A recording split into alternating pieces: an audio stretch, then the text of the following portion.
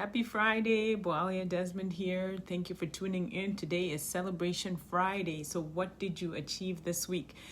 What goals did you set for yourself that you were able to accomplish? Did you move yourself closer to a new goal? Did you start something new? Did you participate in Wealth Wednesday? Whatever it is that you did, we celebrate you today. So give yourself a high five, give yourself a pat on the back and say, good job, self. So I titled my message today, It's Okay Not to Be Okay.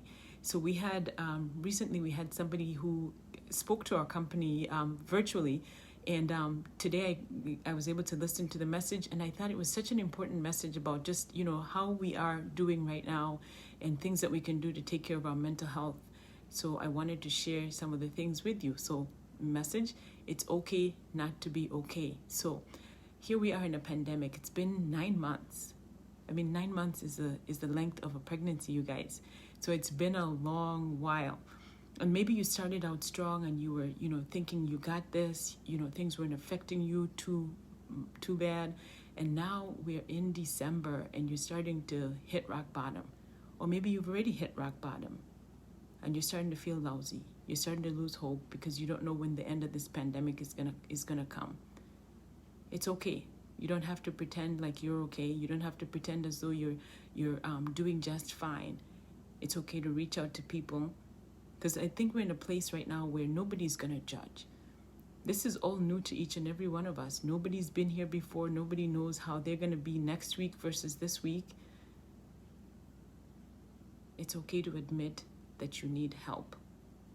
And being able to reach out to someone, even if it's just saying, hey, you know what, I need some prayer today. Hey, I'm struggling today. Just a simple message of a reach out, so that somebody can see you and somebody can know that you need help. And what about if you're living alone?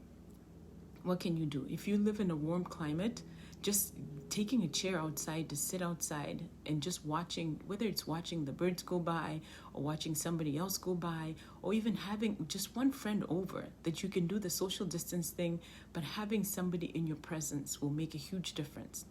And if you're able to have a pet and you actually like pets, that would be helpful too. And just even, he talked about having plants, because they give life. If you can have something beautiful in your home that you can take care of, it gives you a sense of purpose as well. So don't be a shut-in. Don't feel as though you cannot do something to reach out to people. And then he also talked about, of course, we always talk about this, being grateful, gratitude. He said some of his friends and he have started this thing where they text each other 3 things that they're grateful for every single day. Could you do that with a couple of friends? Maybe you can just gather and you can say, hey, text me every single day 3 things that you're grateful for. And if you haven't started doing a gratitude journal, you need to do that. This is one of the things that you should get into practice every single day, writing out at least 1 to 5 things that you're grateful for, because we still have a lot. If you have breath, if you have life, you're here today, you still have purpose. And there's a lot to be grateful for. And so some of the other things he talked about too, he said, get creative. When we are creators, we create with our words, we create with the things that we do. And so get creative, because he said it helps with depression. When you're starting to create, you're starting to dream.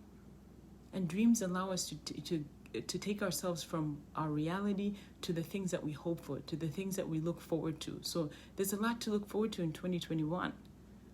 So get creative. If you can draw, if you haven't, maybe you don't even know that you're creative in that area, start to draw. Start to write out. Maybe this is a time when you can write a book. Start to get creative. And maybe you've told yourself, I'm not creative. Now it's time to change your language about that. I am creative. That's a good place to start. And then ask God for wisdom. God, what is it that I can do right now? What are the gifts that maybe I've stuffed that I don't even know exist, that you can draw out? And then 2, this is one of the things that he talked about, our expectations for 2021. You have people who are saying, hey, you know what, I can't wait to say goodbye to 2020 and bring in the new year. Well, guess what? January is going to hit. Are things going to really look different? We're just changing the date. We're turning the page on the calendar. So when you set your expectations to thinking 2021, somehow January 1st is going to be magic and Corona is going to be gone and things are just going to look different, you're going to be disappointed. So set realistic expectations. Just like we've always rang in the new year, nothing looks really different. If you had bad habits on the 31st, probably those bad habits are still going to be there the next day. But write out your goals just like you would. Give yourself some deadlines on things that you want to get done. The research for the corona is still going to be going on. The vaccine might be here, but I'm sure not everybody's going to have access to that right away either.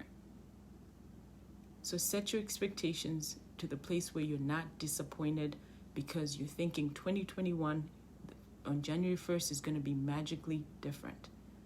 Because friends, that's probably not how it's going to go. And then 2, he talked about in your own home. He said, the people who are having much success during this time are those people who have a routine. Do you have a routine? Do you just kind of wake up and you just hope the day's going to go well? Or do you have things in place for you? Get up early. Spend some time in prayer.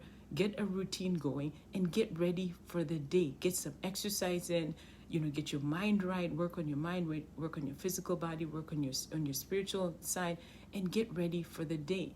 If you've been hanging out in jammies all these last 9 months, it's time for a new routine. It's time for a new habit. You want to know the difference between your daytime routine and your nighttime routine. And then he said, if you do have the space in your house, set a room where this is your workstation, this is your workplace, so that your family can also respect that. So they know when you're in that room, you're working. And then when you get out of there, you've got family life going on and everything else. But get yourself into a routine. Get yourself some space that allows you to just kind of feel the difference between your work time and your family life. And get ready for the day. Like, actually put clothes on and don't be in your pajamas all day long. I think it just makes a huge difference for our mental state when we can have daytime look much different than nighttime. And not only that, you are still you. You're still living. You're still beautiful. You still want to take care of you. Because the more we take care of ourselves, the more we have to be able to give out to other people. When you get in a slump, you're not going to want to help people. So take care of yourself so you can look good, you can feel good, you can be energized, and get yourself some energy so that you can do the things to get some things done, right? And then being connected. So he talked about how easy it is when we're in the workplace. It's easy for us to see each other working hard. It's easy to give accolades. It's easy to say, hey, you know what, you did such a great job on this project and so forth. But when we are working remote, it's like we're kind of like ghosting out there. You don't see anybody other than, maybe by messenger. And so it's easy to not give accolades. It's easy to not say to people, hey, you did a great job on something. Just being intentional. If somebody helps you, whether it's via instant messenger or they're helping you by telephone or whatever, be okay to give accolades. Tell people they're doing a good job because we all need that. So that's one of the things he said. And even just to managers, doing the connection, checking in on your employees, asking, if they need help, how they're doing mentally, how they're doing emotionally. That is all very important. And if you have just even us with our friends, checking in with our friends. When was the last time you checked in with friends or even people that you don't think of very often? Make a list. Who have you not heard from in a long time? It's time to reach out. So be grateful. He said, when we feel gratitude, it's hard to be depressed and be grateful. It's hard to be complaining and when you're grateful. So here's what I'm going to leave you with. This is what he said. Get a piece of paper, draw a line in the middle. On the left-hand side, make a list of all the things that you have lost. And then on the right side, make a list of all the things that you have gained this year. He talked about travel. He used to travel a lot, so he was gone every single week. After a while, that kind of gets old. So with the virus, he's now home. And guess what he has gained? He has gained better sleep because, when you're sleeping in a hotel every single week, that's not always the best sleep for some people. He now gets to see his family all the time, which he didn't get to see. And here's one thing that he talked about. For those parents who usually were gone away from the home, Now you don't get to miss those first things. So maybe you would have missed your baby walking for the first time, but now you're home. So you're not going to miss those important firsts, the things that that you just were out of reach for you because you had to work outside of the home. So what are the things that you have gained? Maybe there's some great things. For some families, now they're cooking together every night. Some are actually eating dinner together every single night, and those are pluses. And then he said, fold it up and just focus on the gains. Just focus on the things that you can control. The things that you've lost, it's not okay to dwell on those things. It's not okay. You need to focus on the things that you've gained, what it has done for you, and just take a self-examination to yourself. What have you gained? What strengths are inside of you that you didn't even know were inside of you? Do you like you? And if you haven't started working on that, get to the place where you can start to know who you are, so you can love you. And when you love you, you can give out love to other people. So 2020 has been an incredible year. Yes. It's been a very unique year. Yes. But there's also so many pluses, friends. So many good things. So focus on those good things. Start to write out your goals for 2021, because that is important. You need to have vision. Where do you want to be? What is it that you want to accomplish next year?